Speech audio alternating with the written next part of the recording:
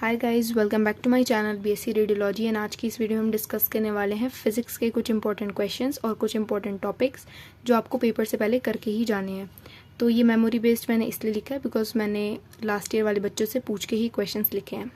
तो सबसे पहले सिंपल काइनेटिक एनर्जी का formula based question, escape velocity, microscope, NLM के क्वेश्चंस अलग थे, टेंशन फाइंड करने वाले अलग थे, वाईडीएससी, लेंस, काइनेमैटिक के distance time formula, dimensions, river boat problem, equivalent resistance निकालने के लिए इस तरीके से इक्विवेलेंट कैपेसिटर से भी आ सकता है, logic gate, rolling motion, effective G finding, projectile, maximum T range के सिंपल क्वेश्चंस, कोलिजन के सिंपल क्वेश्चंस। अब हम देखते हैं अपने 2023 के जो मेरे एग्जाम्स में पूछे गए थे।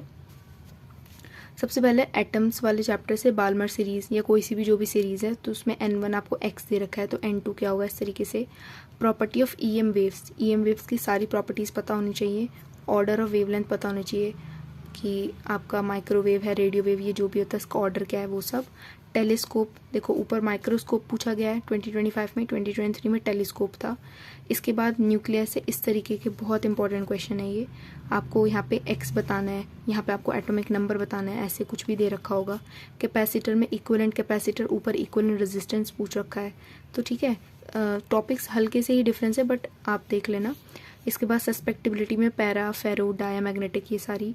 स्फेरिकल शेल आपसे पूछता है कि कहाँ पे जो नेट मोमेंट होता है ज़ीरो होता है, तो आपका तो कंसेप्ट फ्रेश है, आपको तो पता ही होगा ये सब चीज़ें। बाकी LCR circuit, percentage error, magnetic field निकालने के लिए, ठीक है, डायरेक्ट आ सकता है फॉर्मूला बेस्ड टाइप क्वेश्चन। इसके बाद कुछ इस तरीके से आपका डायग्राम बेस्ड क्वेश्चन भी आया था। बेसिक क्वेश्चन ऑफ काइनेमैटिक्स, देखो 2025 में भी पूछा गया, 2023 में भी पूछा गया था। लेंस, मिरर, इन सब की फोकल लेंथ और V और U निकालने के लिए। इलेक्ट्रिक डायपोल, ये तो डायरेक्ट क्वेश्चन है, ये मुझे याद था तो मैंने फ़ौरन नोट कर लिया था।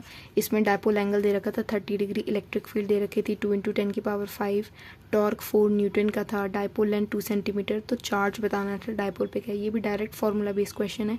क्लोज सरफेस का मैग्नेटिक फ्लक्स, ये सब। तो ये बेसिक टॉपिक्स तो आपको सारे आने चाहिए। बाकी आप जितना भी पढ़ सकते हो 10-15 दिन में उतना पढ़ो।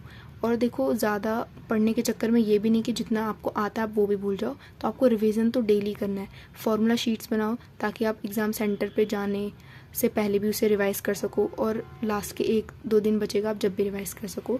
तो बाकी यही था आज की वीडियो में। Thanks for watching.